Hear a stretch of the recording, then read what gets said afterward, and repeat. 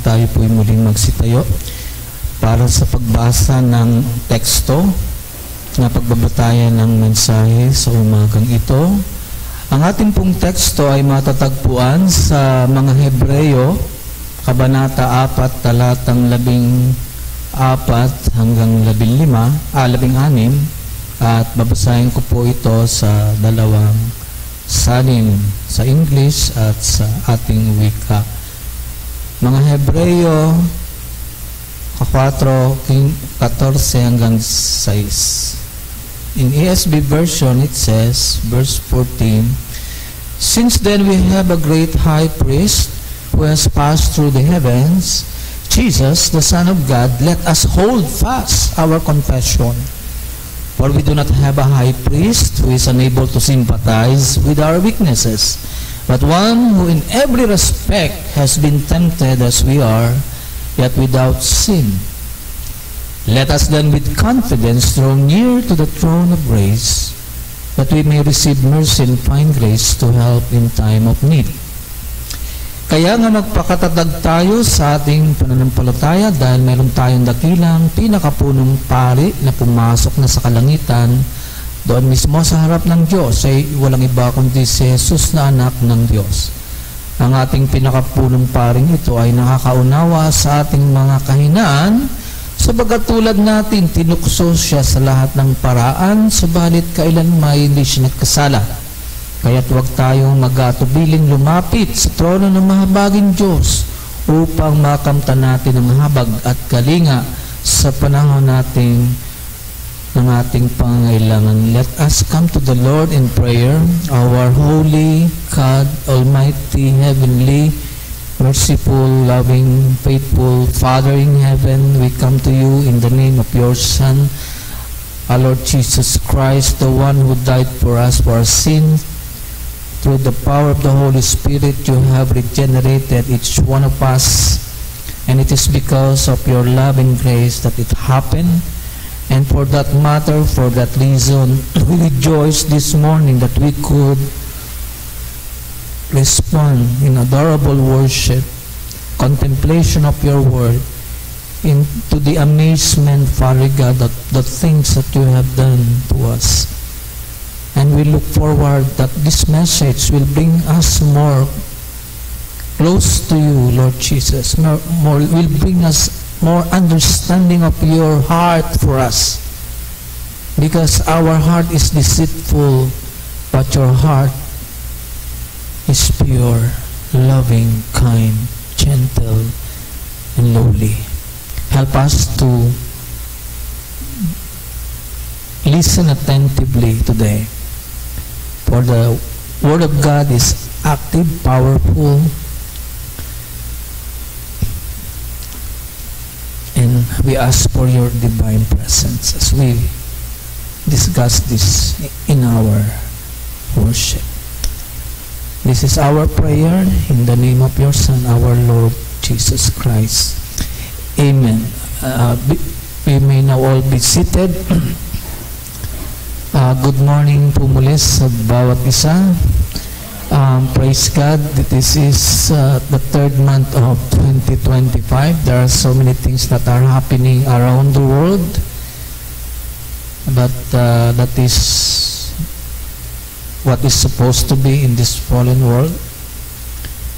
And the only thing that does not change is the Word of God. Last Sunday I preached from Matthew 11:28 to 30 about the heart of Jesus for us and to all sinners who accepted His invitation to come to Him in faith.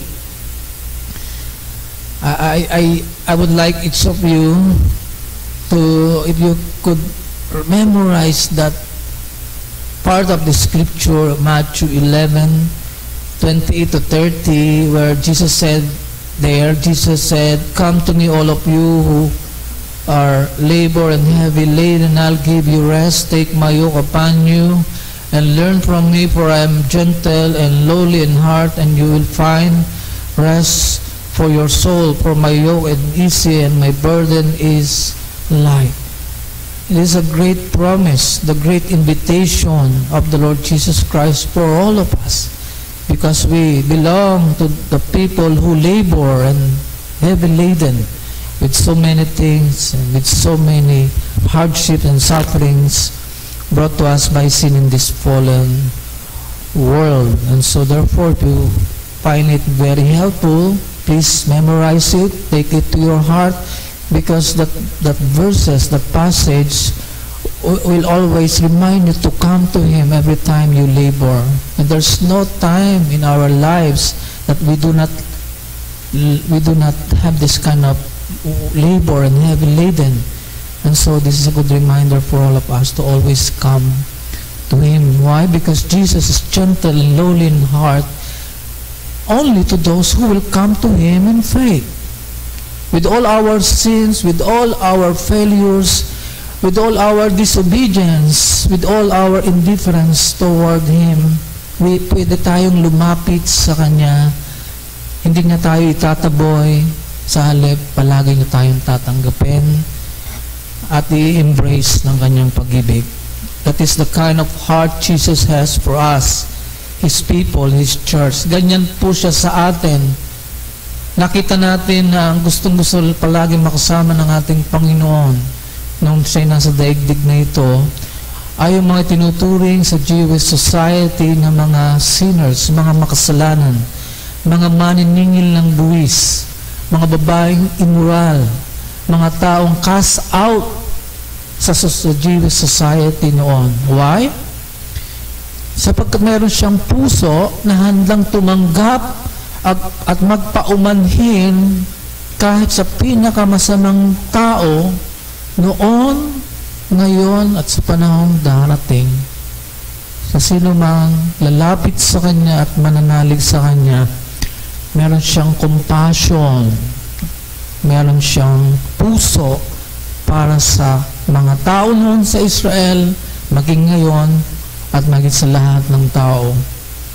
Ang compassion ni Jesus para sa mga tao noon sa Israel ay nahayag, mga kapatid. When we read the Gospels, the four Gospels, we find that when He did something of a miraculous work like healing or casting out demons from someone, no? He was compelled to act that way, not just to show His power and His might, but He did that out of compassion, out of love for the people. At napakagandang halimbawa yung sa Matthew 14 verse 14. When He heals the sick, He acts because of compassion.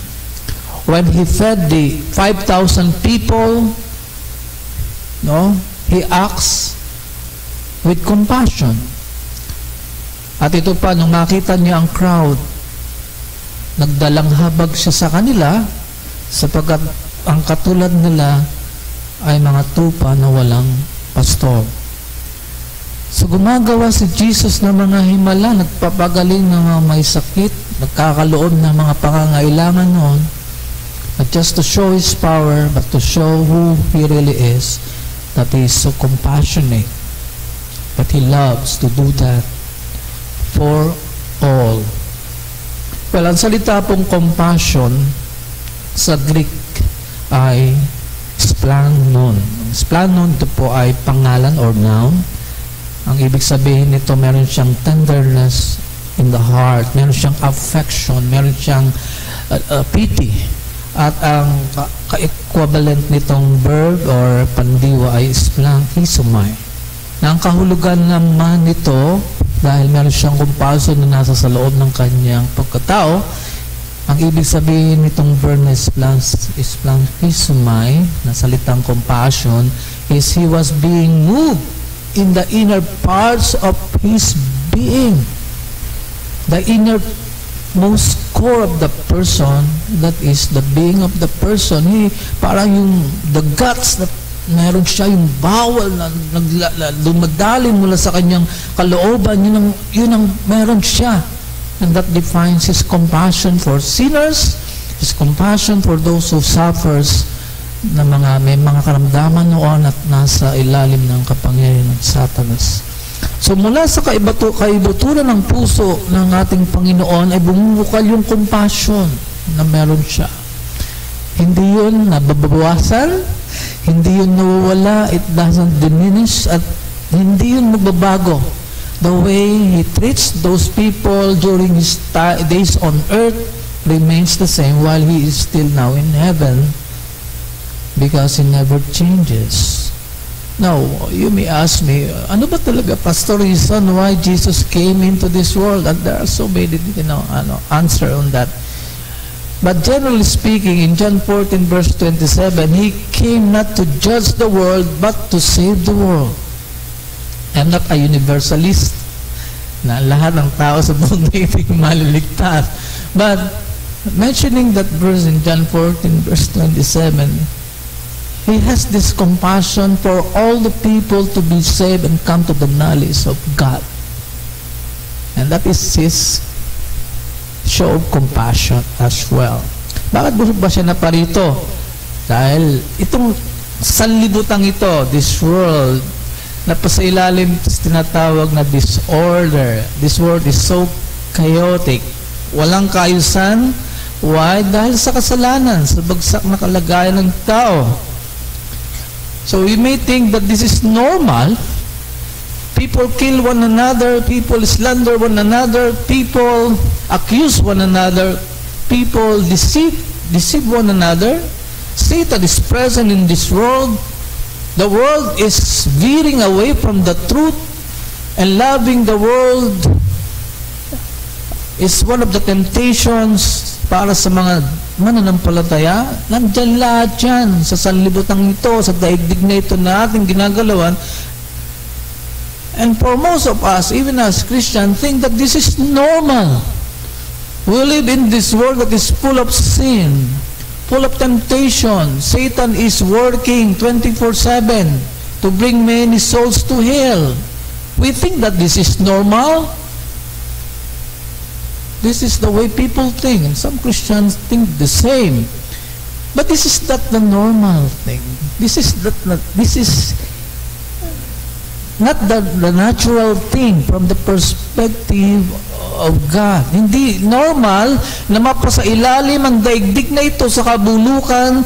Hindi normal mapasailalim ang daigdig na ito sa kasalanan. Hindi normal na magkaroon sa daigdig na ito ng kamatayan, ng sakit, ng pagdurusa, at kalaunan hahantong sa walang hanggang parusa sa apoy. Hindi normal yan. But many think that this is normal. Sanlibutan ay masama, ang mundo ay palayo ng palayo sa Diyos, ang tao ay nagkakasakit at namamatay, marami na sa ilalim ng kapangyarihan ni Satanas. For them, this is normal. But I believe this is not the normal one or the natural one that God has for us, for this world. Hindi yan yung natural or normal na disenyo at naisin ng Diyos para sa daigdig na ito. One German theologian calls it an interruption or a disruption of the original order of things in the world without sin. Kaya lang dumating si Jesus sa mundo, nagpagaling siya ng may sakit, gumawa siya ng mga himala, dala niya yan para ibalik ng Diyos ang normal na kalagayan sa isang abnormal na daigdig na pinag-aharian ng sakit, kamatayan ng dyablo at ng kasalanan. We always think that this is the normal world that God wants to have. Full of sin, suffering, pain, hardship, battle against the evil one. And that's true in some sense of the word. Sa sanlibutan ito, visible. Hindi pwedeng ikaila na maraming pagdurusa, maraming problema, maraming pakikibaka, maraming mga alalahanin o concern, at alam natin ang dahilan ng lahat ng iyan ay ang pagkakabagsak ng tao sa kasalanan. Dahil sa kasalanan, na-reverse ang order ng daigdig na ito. Nawala sa daigdig na ito ang liwanag at naghari ang kadiliman, na puno ng kadiliman ang daigdig na ito. Ngunit nang dumating si Jesus, dumating ang liwanag. Dumating ang liwanag. Nagkaroon ng pag-asa ang sanlibutan ito na tigib ng kasalanan. Ang dumating na Jesus sa mundong ito ay may dalang puso ng pagkamahabagin. He has this compassionate heart, and this is very natural to Him. Ang Panginoong Hesus ay mapagpaumanhin, banayad sa pagkagalit at sagana sa pagmamahal. No? Our God is slow to anger, abounding in love and faithfulness. And you know, even the Lord Jesus Christ, nahahabag siya at He was moved with compassion para sa lahat ng mga tao. At nais niyang lunasan, nais niyang pawiin at pasanin ang lahat ng tao sa kanilang mga pagdurusa dahil sa kanilang mga kasalanan at sa lahat ng mananalig sa Kanya. At yun ang ating pag-aaralan sa ating text today sa Hebrews 4:14 to 16. Yung kanyang kahabagan, yung kanyang puso bilang ating dakilang pare, our great high priest na nasa kalangitan. Before I go to the verses na ating talakayan, let me give you some background of this book. It is for the Hebrew Christians. The author remains unknown. And one of the fathers said, because hindi ma-determine kung sino, si Pablo ba, sabi ni iba si Barnabas ang may author nito, sinabi ng isang father of faith, church father, na only God knows who wrote the book of Hebrews. Pero marami sa mga Presbyterian Reform ay naniniwala this is written by Paul, no other than Paul. Pero hindi ma-determine talaga. Pero we know sino yung recipients, mga Hebreo. In short, mga Hudyo, mga Christian na mga Hudyo. Ang layunin ng pagkakasulat is to encourage the readers, the Hebrew Christians, to persevere in Christ. Magpatuloy sila sa Panginoong Hesukristo, sa pananampalataya sa Panginoong Hesukristo. Dahil Christ is supreme over all. He is supreme over the angels. He is supreme over Moses. He is supreme over institutional religious ceremony and over the old covenant laws and regulations. So Christ is supreme in the book of Hebrews. That's why you, Hebrew Christian, must continue in the faith. Take hold of the eternal life. That instead of leaving Christ, na iwanan ng ating Panginoong Hesukristo, the writer encouraged the Christian, the Hebrew Christian, to hold on to faith and to encourage them to find rest in the Lord Jesus Christ. Yun po yung purpose. At sa chapter 4, makikita natin dito na ito ay about the exhortation to enter into God's rest. Last Sunday, I talk about the spiritual rest in Matthew 11. No? I'll give you rest. It's about the spiritual rest. It's available for us today, tayo na kinatagpo na ni Jesus Christ. And this kind of spiritual rest guarantees spiritual refreshment and peace with God. And the rest that Jesus gave to us when we believe in Him must have ended all our work-based or merit-based salvation. For we are saved not by our good works, but by grace through faith. Many Christians are dead tired today, always working for the Lord because they believe that their works will matter to Christ, will bring them to Christ. Our works, no matter how good they are, will not save us. Instead, Christ saved us by His finished work on the cross. Our good works are simply fruits of our salvation, of having found rest already in Christ's finished work. And we gladly serve our Lord as our way of worship and an appreciation of what He has given to us, our eternal salvation. That's why we come here each Sunday to celebrate what we already have. That we are in Christ, we are already saved. And we worship Him for that matter. Amen? So we are not saved by works, but by faith. No? So, importante yun. Pag masipag ka sa gawain ng Panginoon, okay naman yan. Pero huwag mong panghawakan yan, kaya katanggapin ni Lord at ililigtas dahil sa ginagawa mo yan. Ang pagtanggap sa iyo ni Lord, pagkaligtas sa iyo ay nakabatay sa ginawa niya doon sa cross at hindi yung ginagawa mo para sa Kanya. It must be very clear to all of us. About this rest also, we find the following. First, this kind of rest is not our own rest.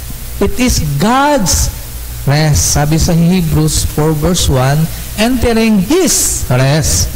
Having that kind of assurance of entering that rest, sabi doon sa verse 1, kaya nga habang nanatili ang pangako ng Diyos na tayo makakapasok at makakapagpahinga sa piling niya. So this is God's rest, not ours. We only partake of that rest when we believe. Even in verse 3 of Hebrews 4, there was a mention of that rest. And that rest refers to God's rest as well. Second, because it is God's rest, pahinga ng Diyos, ito ay regalo ng Diyos para sa Kanyang bayan. It is a gift of God to His own people. Sabi sa verse 8 to 10, Hebrews 4, 8, 9, and 10, for if Joshua had given them rest, God would not have spoken of another day later on. So it refers to the arrival to the promised land led by Joshua, and the people of God came to Canaan, to the promised land. But it says that Joshua was not able to get them rest in that land. In verse 9, so then, if Joshua was able to give them that kind of rest, so then there remains a Sabbath, but he was not able to do so. So then there remains a Sabbath rest for whom? For the people of God. Meron pang natitirang pagkapahingahan. Sabbath rest means seventh day, no? Whoever has entered God's rest has also rested from His works as God is from His people. So ang pahinga ito ay sa Diyos. Iniregalo niya sa Kanyang bayan para ang Kanyang bayan ay makatagpo ng tunay na kapahingaan sa Kanya. No? Bagamat taglay niya yun, kung hindi niya binigay sa Kanyang bayan, sa atin ba yun? Hindi. Sa Kanya yan at niregalo niya. So, third thing na about this kind of rest, it is future rest for New Testament believers. Sabi doon sa verse 11, let us therefore strive to enter that rest so that no one may fall by the same sort of disobedience. So let us therefore, it is an exhortation to keep on striving to enter that rest. Already you are at rest with God, but because you are still in this world, you will continue in faith. And that is the plain meaning of the word. You have already found that rest in the Lord, but you need to continue in the faith. Salvation for us is past, accomplished by the finished work of Christ on the cross more than 2,000 years ago. Salvation is also present among us, and then salvation will be fully consummated in the future, our final rest in the very presence of God. The spiritual rest that we have today is already an experience of that future salvation. But not in the fullest sense of the word, for we are still laboring and working today. We work out, we live out the salvation that already belong to us. Because we still battle with sin, with Satan and the world. And these three, they keep us from experiencing such a spiritual rest that we already have. Bakit tayo nawawala doon sa rest? Tayo'y nagiging tuliro, problemado, mga Kristiyano tayo. Bakit? Because andyan ang kaaway. Andyan ang mundo at nandyan yung nanirang kasalanan sa atin. Kaya tayo kinakailangan patuloy na lumapit kay Jesus para doon sa rest na yun. Dahil patuloy tayo nakikibaka. Sa labanan walang pahinga, di ba? Hindi mo alam kung kailan sasalakay ang kaaway, kaya lagi ka nagbabantay, no? Ganyan ng mga sundalo. But that kind of rest is already guaranteed by Jesus for us, and our role is just to always come to Him with all our failures, spiritual defeats, weaknesses, pain, and even our sins, no matter how worse is it. So this spiritual battle will continue. That's why there was a warning in verse 11 to 13 to strive to enter God's rest. Now, siguro maganda, nandun na tayo sa pahinga ng Diyos, ito yung regalo ng Diyos, tinanggap natin sa Diyos, nang tayo manalig sa natapos na ginawa ni Jesucristo. Pero meron ditong babala para sa mga hindi makakatagpo ng pahinga na yon. How not to enter God's rest? Yan ang tanong. And the only answer is this: through disobedience.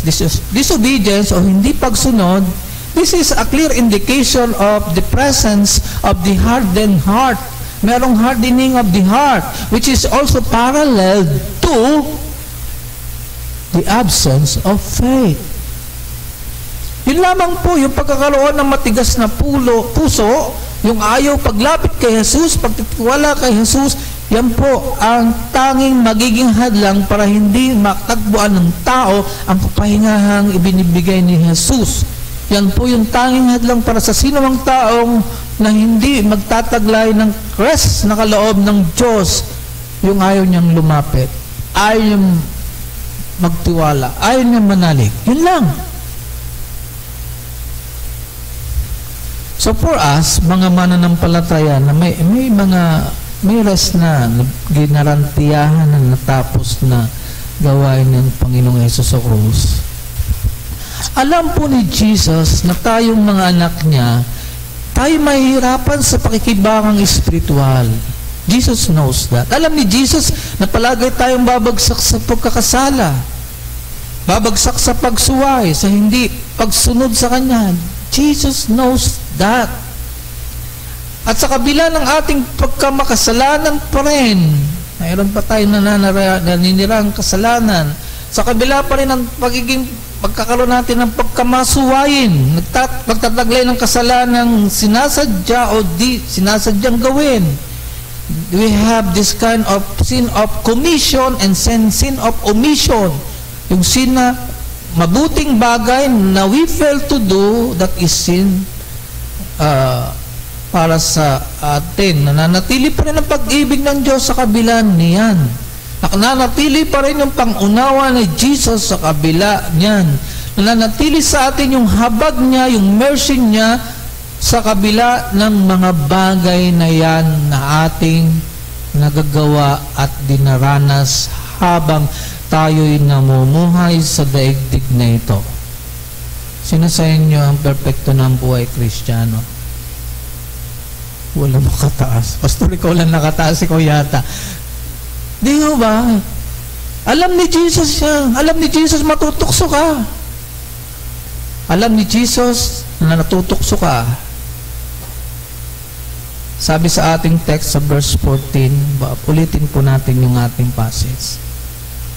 Kaya panghawakan nating mabuti ang pinaniniwalaan natin dahil meron tayong dakilang punong pari na pumasok sa kalangitan na walang iba kundi si Jesus na anak ng Diyos. So, panghawakan yung ating pinaniniwalaan. So, it speaks about orthodoxy or the doctrine that we have, we profess, we confess. Take hold on to those doctrine, those elements of truth that we hold on. Wag natin itong itakwil, no? Why? Because we have a great high priest who enter into heavens. Okay, mamaya tingnan natin bakit sa heaven siya nagandog, hindi sa templo, sa Holy of Holies, sa lupa. Verse 15, nadarama rin ng ating punong pari ang lahat ng kahinaan natin dahil naranasan din niya ang lahat ng pagsubok na dumarating sa atin pero hindi siya nagkasala. Kaya huwag tayo mag-atubiling lumapit sa trono ng maawaing Diyos para matanggap natin ang awa at biyayang makakatulong sa atin sa panahon ng pangailangan. So dito po, makikita natin na bilang ating great high priest, siya ay pumasok sa kalangitan para katawanin tayo ng Panginoong Hesus sa harapan ng ating Diyos. Kung babalikan natin ang Hebrew verse 9, ang Hebrews chapter 9 verse 24, we read this. Sapagkat hindi pumasok si Kristo sa isang banal na lugar na gawa ng tao. So this refer to the earthly temple na katulad ng tabernakulo sa panahon nila Moses, templo sa panahon ni David, Second Temple Judaism sa panahon ng 580 ng return ng exile at sa panahon ni Herod. Hindi doon pumasok si Jesus para maghandog sa Diyos, hindi sa templo na yon, kundi sa langit. Pumasok siya sa isang banal lugar na hindi sa isang banal lugar na gawa ng tao at larawan lang ng mga bagay na nasa langit, kundi sabi doon sa verse 24, in heaven. Sa langit mismo siya pumasok.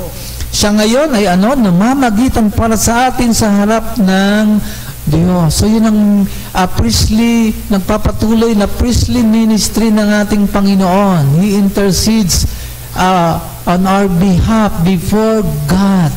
No? Tuloy yung kanyang work. Hindi ibig sabihin, naupo na siya. Natapos na yung pagliligtas. Pero He keeps on loving us, interceding for us, showing us that He is gentle, lowly in heart, compassionate. He never changes. Di po ba?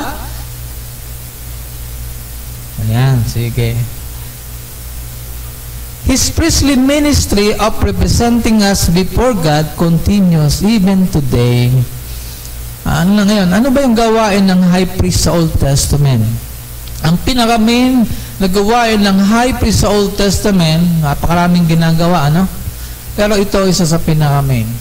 During the Day of Atonement, taon-taon meron silang araw ng katubusan, merong 2 kambing na papatayin.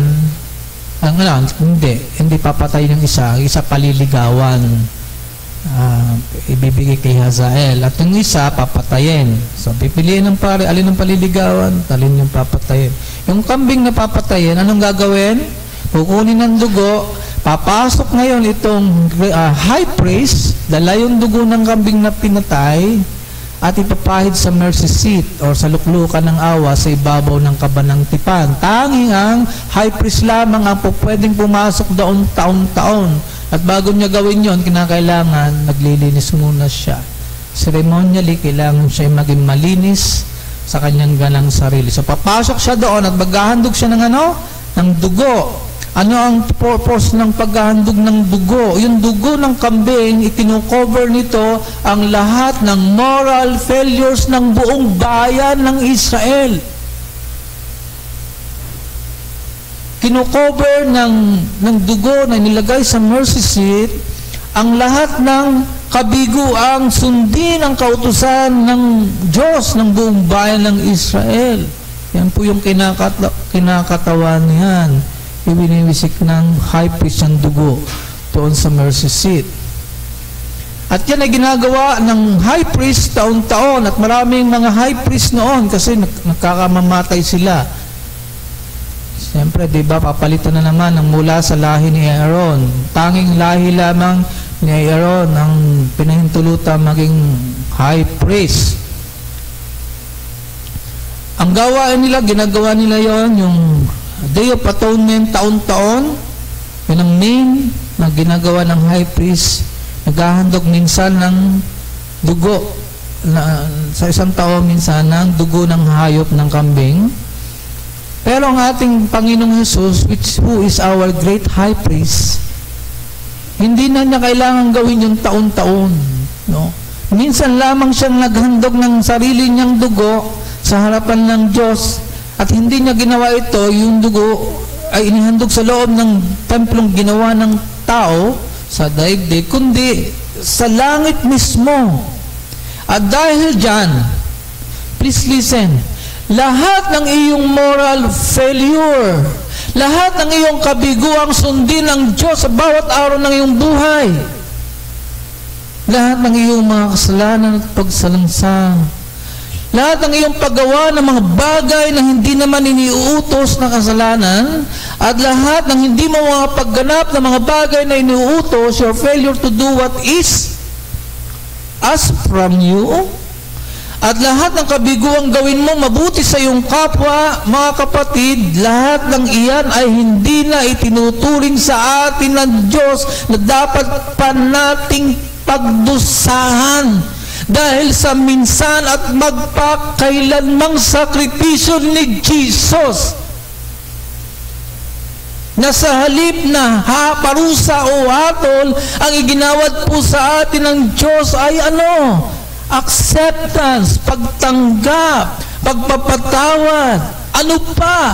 At nagpapatuloy na paglilinis ng Panginoong Hesus sa ating mga karumihan sa pamagitan ng kanyang dugo. Dahil sa ating dakilang pari, because of our great high priest na naghandog sa Diyos ng haing katanggap-tanggap sa harapan ng Diyos, isang hain na sapat na pumawi ng puot ng Diyos para sa ating mga moral failures, sa ating mga disobedience, sa ating kabiguang makatupad sa nais ng Diyos. Do we now have a great motivation to come here each Sunday and to say, Lord, thank you for saving the undeserving me? Are you not blessed? But most Christians do not think that way, because they base their relationship with the Lord on what they experience. But this is already done. It is finished for you and me, so that you and I will no longer be condemned. Instead, the continuing cleansing power of the blood of Jesus is applied to all of our sinfulness, even at this very moment. Are you not blessed?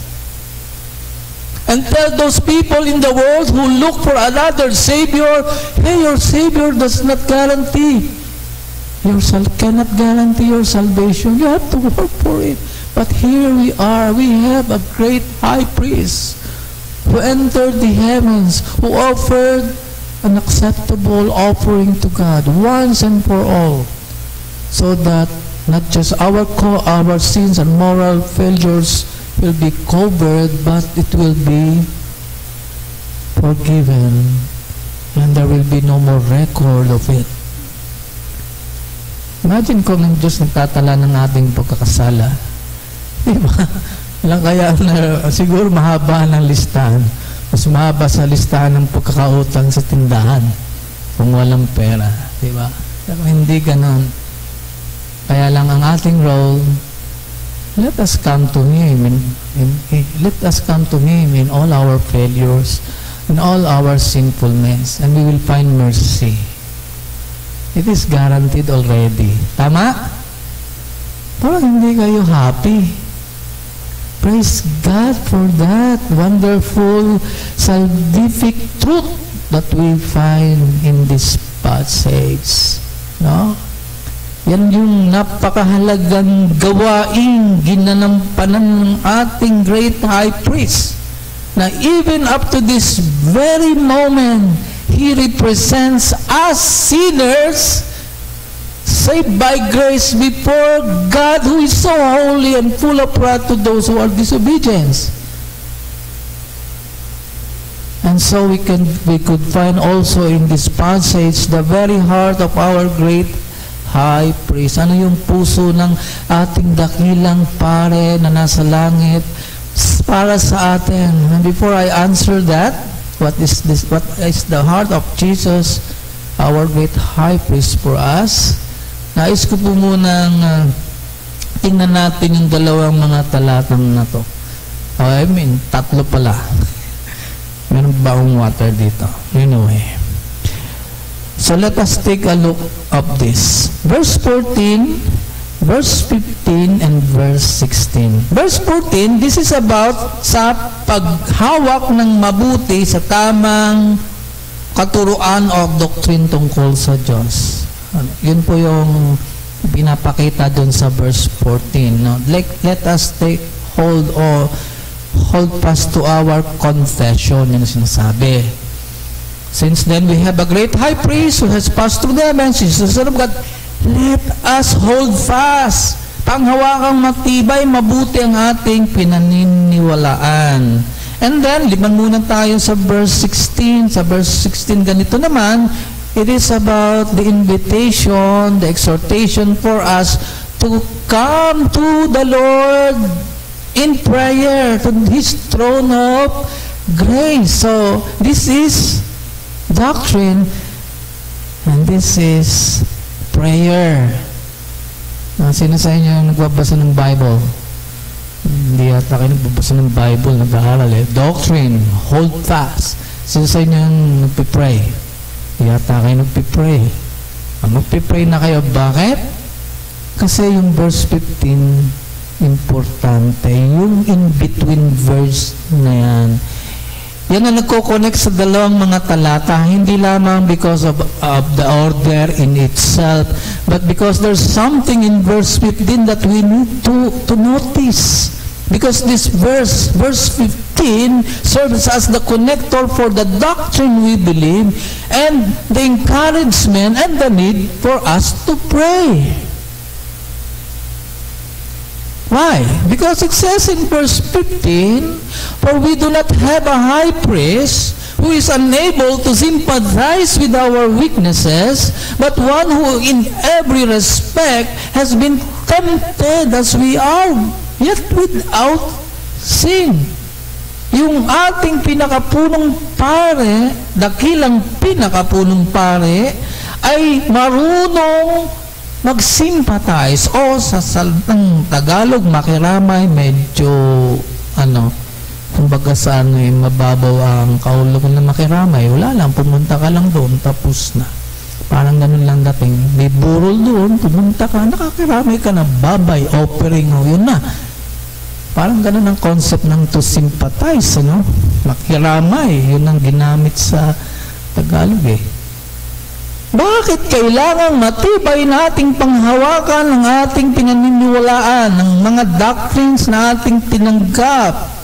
At bakit kailangan nating lumapit ng may confidence sa trono ng Diyos sa pananalangin? Ang sagot ay ang verse 15. Why?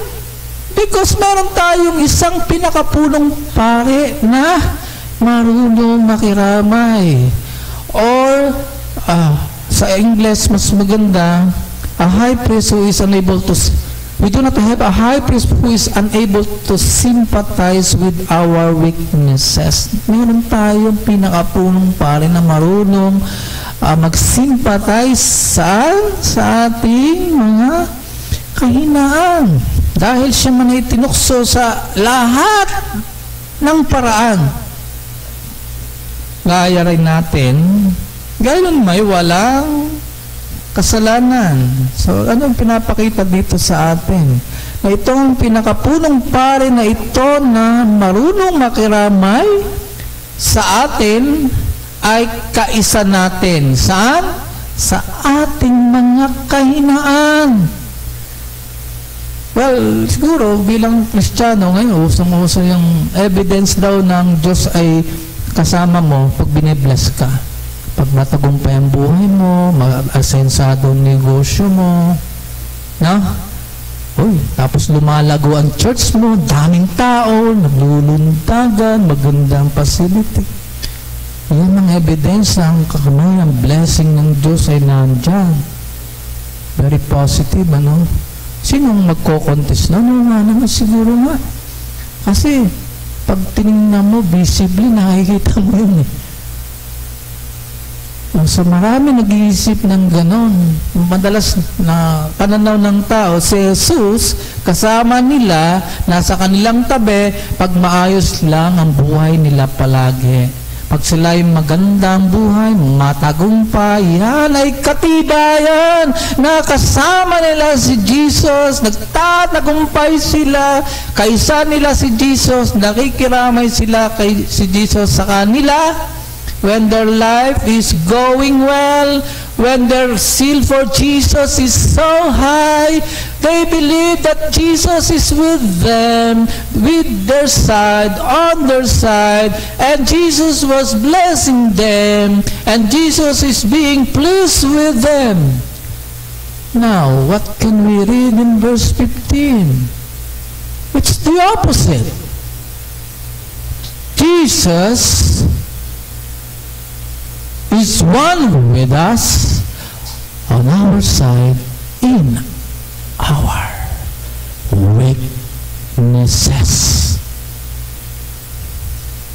We don't want, ayaw natin ng mga kahinaan. Diba? Sino ba nag-SWOT analysis sa ating kahapon? Strength, weaknesses, ano pa? Opportunities, threat. Minsan nabaliktad yung weaknesses naging threat. Ayaw natin ng word na kahinaan. Diba? Para pag sinabing mahina ka, wala kang binatbat, parang gano'n.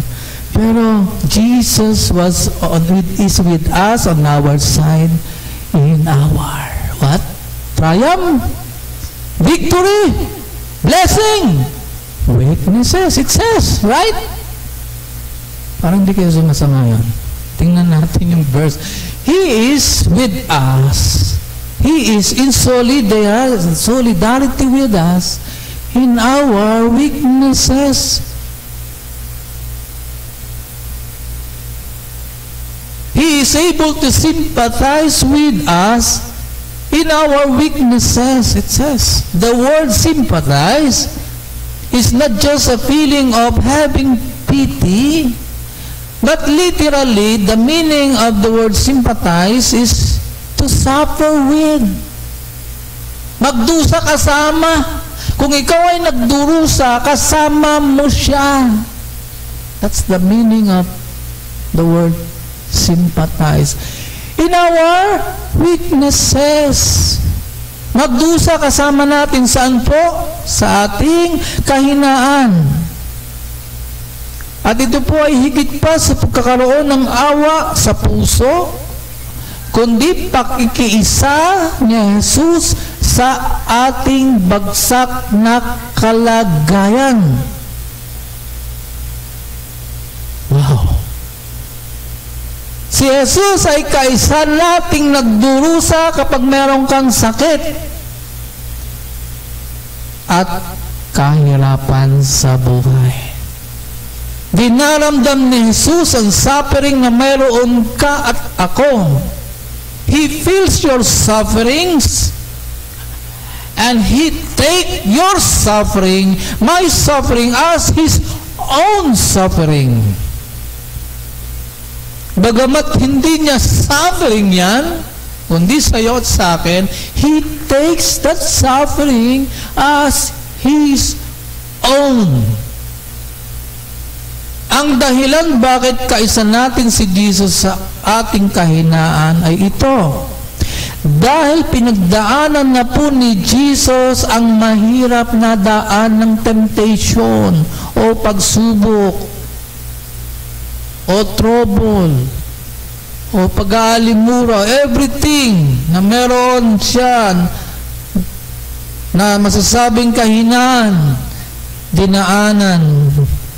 Kahinaan, in the sense, hindi kasalanan na kahinaan. Ngunit wala siyang kasalanan. Lahat ng tukso na pwede nating maranasan, naranasan na ni Jesus. At hindi siya nagkasala. Alam ni Jesus ang kalagayan na malagay sa tukso. Tama? Dahil mismo naranasan niyang matukso eh. Alam ni Jesus ang struggle natin kapag tayo ay tinutukso ng diablo.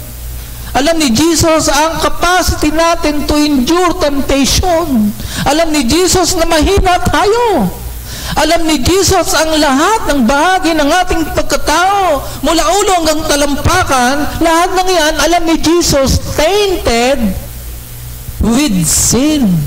From head to toe, nandyan yung dumi ng kasalanan. Alam ni Jesus yan. At kung pag-uusapan ang tuksong kanyang binata, I would say, mas grabe yung mga temptation na pinagdaanan niya. Hindi lang sa kamay ni Satanas, 3 times, tinukso siya, pero even sa front ng kanyang mga kaaway, pwede niyang dadalhan ng sanlaksang anghel para patayin yung mga nagpako sa kanya. Pwede niyang gawin yun, pero hindi niya ginawa.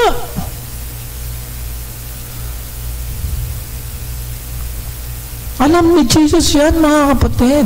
Alam niyan yung ating pinagdaraanan. Kaya kung sakaling tayo po ay mahuhulog sa tukso at sa kasalanan, still nakikisa siya hindi sa ating pagkakasala, kundi nakikisa si Jesus sa dusang idinulot ng ating pagbagsak sa pagkakasala. He is one with us in our weaknesses, in our suffering. He suffered with us.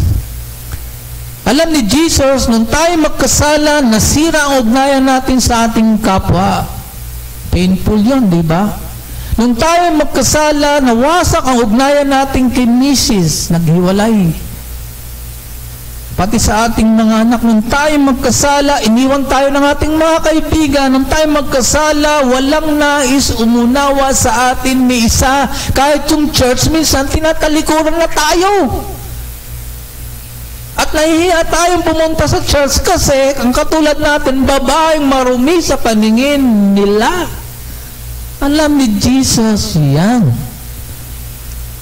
At kung dumating na tayo ay bagsak ang ating damdamin, lito at tuliro tayo dahil sa ating kasalanan. At maaaring dumating sa punto ng ating mga buhay, nag-give up na tayo sa ating paglapit sa Diyos, ayaw na natin sa Diyos dahil feeling natin iniwanan niya tayo at tayo na yung nasa pinaka-lowest point ng ating mga buhay. At iniisip natin na kahit si Jesus marahil hindi nila tayo tatanggapin dahil sa ating nagawa. Pero ang totoo, sa ganitong lowest point ng ating buhay, kahit hindi natin na-feel yung presence at pagkilos niya, yaan ang panahon na pinakamalapit si Jesus sa iyo kung ikaw ay anak ng Diyos. Yan ang panahon na Jesus ay kasama mo sa iyong pagdurusa, sa iyong kahirapan, sa mga consequences na kailangan mong pagdaanan dahil sa dulot ng iyong kasalanan. He feels what you feel and He sympathizes with you. That is the very heart of the Lord Jesus Christ for us. At kung nagdurus tayo inwardly, emotionally, inuusig tayo ng ating budhi, hindi tayo mapagkatulog at wala tayong kapayapaan dahil sa ating mga masasamang ginawa sa puntong yan, Jesus is on our side still. Hindi siya mahahawak ng ating kasalanan. Sa halip, siya ngayong magpapalaya pa nga sa atin. Hindi lamang sa kasalanan, kundi sa mga panloob na struggle na meron tayo sa guilt, sa palinisin natin sa ating sarili, sa kahihiyan na idulot natin sa ating pamilya. Siya yung magpapalaya. Our great high priest is the only one na makapag-aahon sa atin mula sa napakalalim na hukay nating kinahulugan na kahit ang iglesia minsan ayaw na tayong tanggapin. Hindi namin miyembro yan. Meron po ng mga churches. Sa panahon ng iyong kalungkutan at iyong kabiguan, may katabi ka, may kaisa ka sa iyong pagdurusa. Sa panahon maging ng iyong papalapit na kamatayan, may kasama ka. He's on your side. Yan ang ating dakilang high priest. We need to have this right view of our Lord Jesus Christ, who loves us till the end. And He wants to make it sure that we will reach heaven. He has guaranteed that for us. In Old Testament law, many regulations were given to the people of God. Was written in the law of Moses. Bawal kang kumain ng mga ganitong pagkain. Even yung dinuguan, bawal eh. Di ba? Sinong kumakain ng bawal? Ako kumakain ng bawal na dinuguan eh. O, di ba? Saan po si Ate Alice? Ako naghahanap kapon dinuguan. Wala. Anyway, bawal na bawal yan. It's about cleanness and uncleanness. Symbolically, yung pagkain ng mga pinagbabawal ng Diyos na kainin, kapag ginawa mo yan, it refers to moral purity already because you are able not to be unclean, not to touch anything unclean. Halimbawa, umawa ka sa patay, nakipag-ugnay ka sa Gentile, the moment na ikaw, Hudyo ka, nakipagkamayan ka sa may kitongin, nagiging unclean ka na rin. Kaya yung mga unclean, turing nila, layo kayo, doon kayo matulog sa labas ng kampo. 7 days kayo dyan. Yung mga babaeng dinudugo, 7 days kayo dyan. Yung mga merong monthly period, di pwede. Unclean kayo, mag-release kayo, may ritual of purification dyan. Makakahawa kayo. Ganon sa Old Testament, yung mga batas na yan. At yun ay sumisimbolo, di lamang outside, na tinake ng mga Pharisee to be outside manifestation of righteousness, but moral purity as well. Cleanness or uncleanness. Yan ay iniutos ng Diyos sa kanila.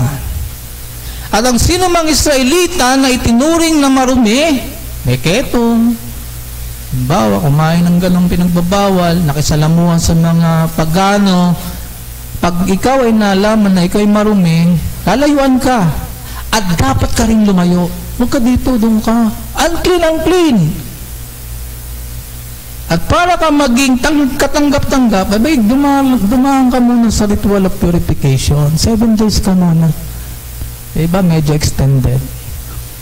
Pagkatapos ng ritual of cleansing, purification, you will be accepted back to the fellowship. Tama?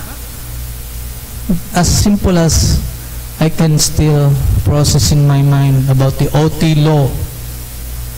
Dahil yung kanilang pagiging marumi, nakakahawa, dapat silang layuan para hindi sila makahawa ng iba. Now, here is Jesus Christ. He is our high priest. He is so clean. Amen? He is so pure. He has no sin. Very clean, in and out. What did Jesus do? He went to those unclean people. Pinagaling niya yung mga may katongin. Pinuntahan niya yung mga makasalanan, mga maniningin ng buwis.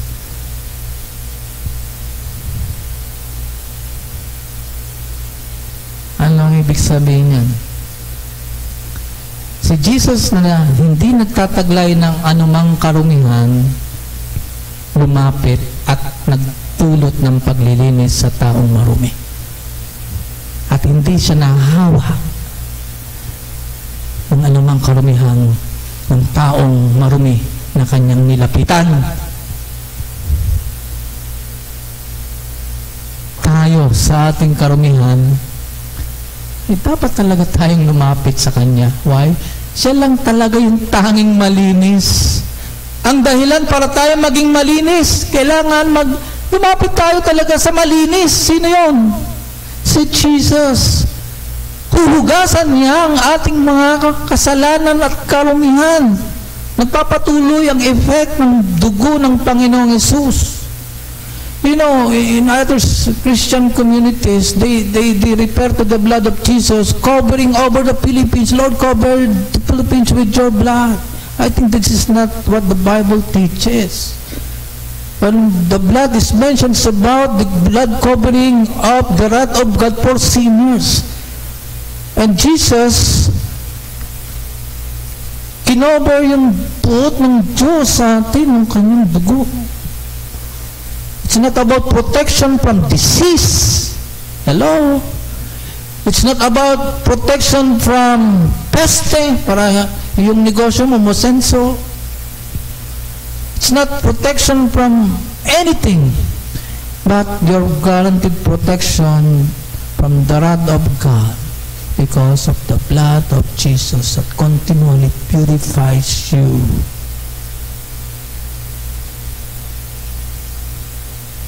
Do you have this kind of understanding? You may be amazed, why?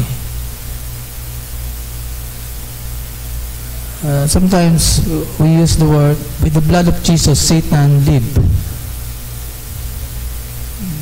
Because, no, in the name of Jesus. The blood of Jesus refers to the death, the redemption, the atoning work of Christ, and that is most applicable. Tayo, marumi, lalapit sa Kanya, magiging malinis, hugasan niya ating mga kasalanan. At ito pa, sa ating maglapit sa Kanya, inaari niya tayong Kanya, kaisa niya. Tayo na marumi, naging kaisa niya na malinis sa kabila ng ating karumihan. At hindi natin mahawaan si Jesus ng anumang karumihan na meron tayo. Sa halip, lalapit tayo para tayo maging malinis at tayo lilinis. Sa Hebrews 5 verse 1 and 2, merong ganito mababasa. Bawat pinakapulong pari na pinili mula sa mga tao ay pinangasiwa sa mga bagay na kaugnayan sa Diyos para sa kanilang kapakanan upang siya'y makapaghandog ng mga kaloob at ng mga alay para sa kasalanan. So ito about the Old Testament priests or the priests during the time when the book of Hebrews was written. Function yung mga high priest noon sa Israel. Sila ay nangangasiwa sa mga offering. Okay? Pero tingnan natin yung verse 2. Itong mga earthly high priest na ito, mga Jewish high priest, sila ay marunong makitungo na may kaamuan sa mga at naliligaw, yamang siya man ay napapaligiran ng kainan. Sabi sa verse 2, chapter 5, verse 2, He can deal gently with the ignorant and wayward, since He Himself is beset with weakness. So this is about the high priest, sa Old Testament. What are the characteristics of this high priest?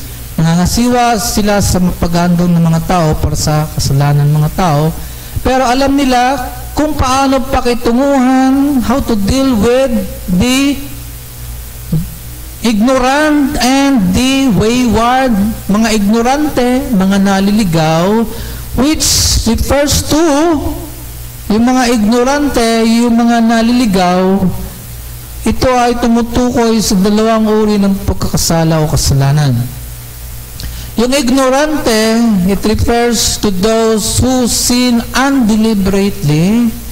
Yung mga nagkakasala na hindi sinasadya, limbawa, nagsisiba ka ng kahoy, lumipad yung talim ng palakol at lumipad sa kapitbahay mo, tinamahan yung kapitbahay mo, patay. Hindi mo sinasadya yun. Pero kasalanan yun, di ba? Undeliberately. Yun ang mga wayward, yun ang sinasadya. No? So, sino sa inyong may kasalanang madalas sinasadya? Hindi ko sinasabing okay lang yan. No? Sino sa inyong kasalanan ay hindi naman nananadya? Hindi rin okay yan. Pero yung hindi pagsasadya at sinasadyang kasalanan, idinidil yan gently ng mga pari noon sa Old Testament, how much more na yon sa high priest na meron tayo. Sila ang mga taong priest noon. Ngayon, ang high priest natin na nasa langit, will He be able to also deal gently with our ignorance and with our waywardness? Of course. Ang salitang deal gently ay dalawang salita. Ang sa Griego ay matreo patein, hindi matreo pataya. Matreo patrein, and these two words combined, no? Dalawa yan. Matreo, prefix, na ibig sabihin ng matreo is to restrain, pigilan. At yung pateo ay suffering. So, to restrain suffering. Yun ang kahulugan yan. Yun ang salita ang ginamit, to deal gently, to restrain suffering, which is somehow parallel with the word sympathize, to suffer with. Are you still with me? Are you willing to sit down for another 2 hours? No, I'm just kidding. But this is the Word of God. I really praise God for giving me such kind of ability to read and prepare for this one. So again, willful and unwillful, deliberate or accidental sin, such as in Numbers 15. Ibig sabihin po niyan, yung dalawang kasalanan na yan, sinasadya at hindi sinasadya, kaya ni Jesus na pakitunguhan ng may kaamuan ang lahat ng uri ng makasalanan na nadyang gumawa o hindi na nadyang gumawa, kayang i-carry ni Jesus yan. Tinatanggap niya ang lahat ng sino mang lalapit sa Kanya, may sinasadyang kasalanan at di sinasadyang kasalanang nagawa.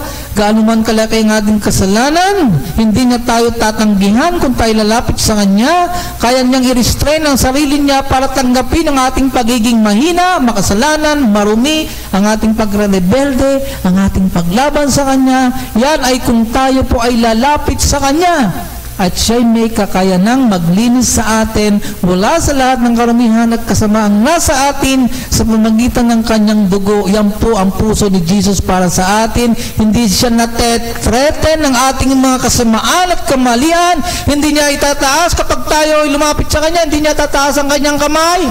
I give up. I surrender. I give up on you. Pasaway ka, matindi ka, yan na naman, same sin na naman. Lumayas ka sa harapan mo, hindi, ano. He can deal gently with our waywardness, with our ignorance. And this is very natural for Him to do. Hindi siya napipilitang gawin yan. Yan ang kung sino siya. Kung paano niya tratunin tayo ng may kaumuhan, pangunawa. Ganyan siya talaga. Di siya napipilitang naging ganyan. Ganyan siya talaga sa atin ng kanyang mga anak, sa kabila ng ating lahat ng kasamaan at kasalanan. Ito ay kung tayo lalapit sa Kanya. Yun lang naman ang solusyon. Lalapit. Lord, sorry. Lord, I need you. He deals gently with our sins. Sinasadya man o di sinasadya. Kaya ang panyaya sa atin sa verse 16 ay ano? Come again. Parang Matthew 11:28, di ba? Lumapit muli kayo sa trono ng biyaya. Saan? Trono ng grace. Ano ba meron dyan sa trono ng grace na yan? Sa verse 16, let us then with confidence draw near to the throne of grace. Etong meron. We may receive mercy and find grace to help in time of need. Well, this is really great, amazing promise for us. Jesus is waiting for us in the throne of grace and willing to give us mercy and grace to help us in time of our need.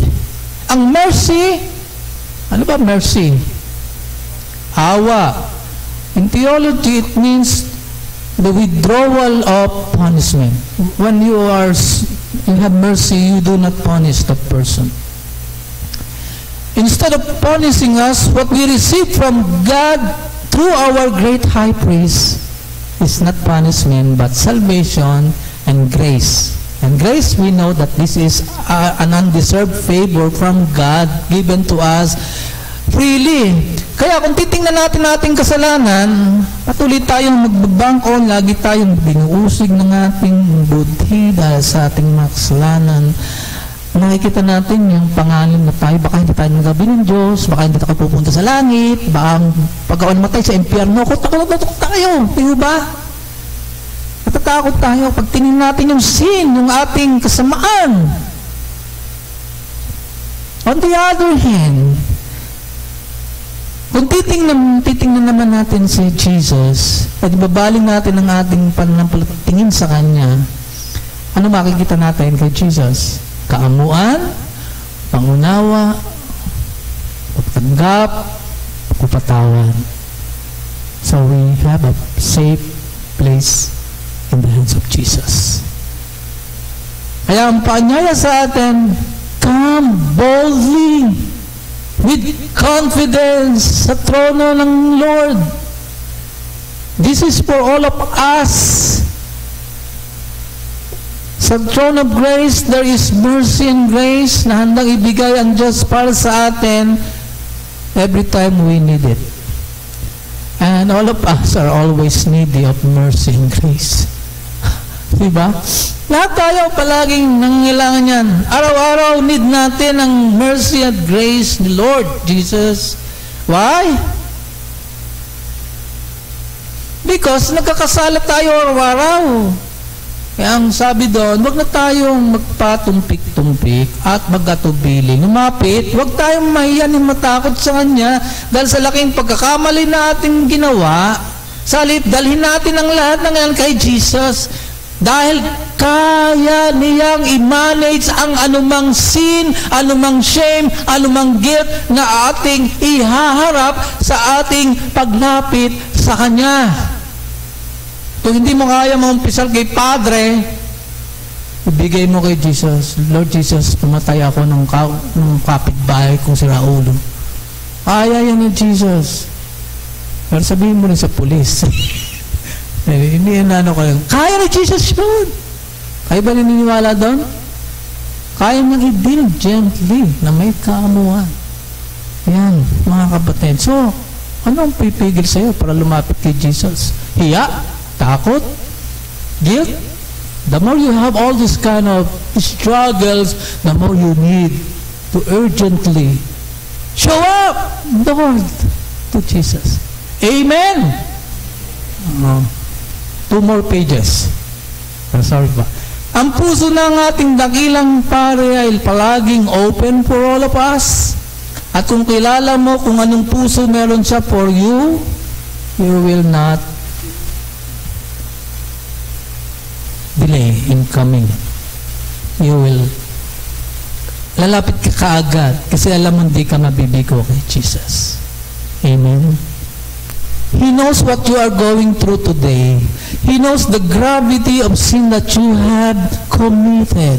He knows every wayward thoughts and deeds within you. He knows how to gently deal with your shame and guilt. He knows how to treat the cancer of your souls. And He invites you to come to Him with all your pain, all your weaknesses, all your guilt, all your sin. And what you will receive from Him is not punishment, but mercy and grace. He loves to see each of us always coming to Him. He is always looking. We need to always look for Him, not just in times when things in our lives are well. When we are prospering both in our walk with God and in our physical and material well-being, we could come to Him. Yes, we could even thank Him for those things. But more importantly, when in times it's not well in our lives, when we are so burdened with guilt because of sin, when we are so weak, when we are losing our hope, when nobody cares but Him alone, brothers and sisters, my friend, that's the time that you come to Him with all of your weaknesses, because He can gently build those things and He will receive you to Himself. His love for us never ends nor diminishes. We are very sure of it, for He shows that to us. When He died to redeem us, we who do not deserve His love and forgiveness. He died on the cross for the undeserving, you and me. So why not hesitate? Why hesitate to come to Him when you are burdened with guilt and sin and weaknesses? May the Lord bless His word for our edification. Amen.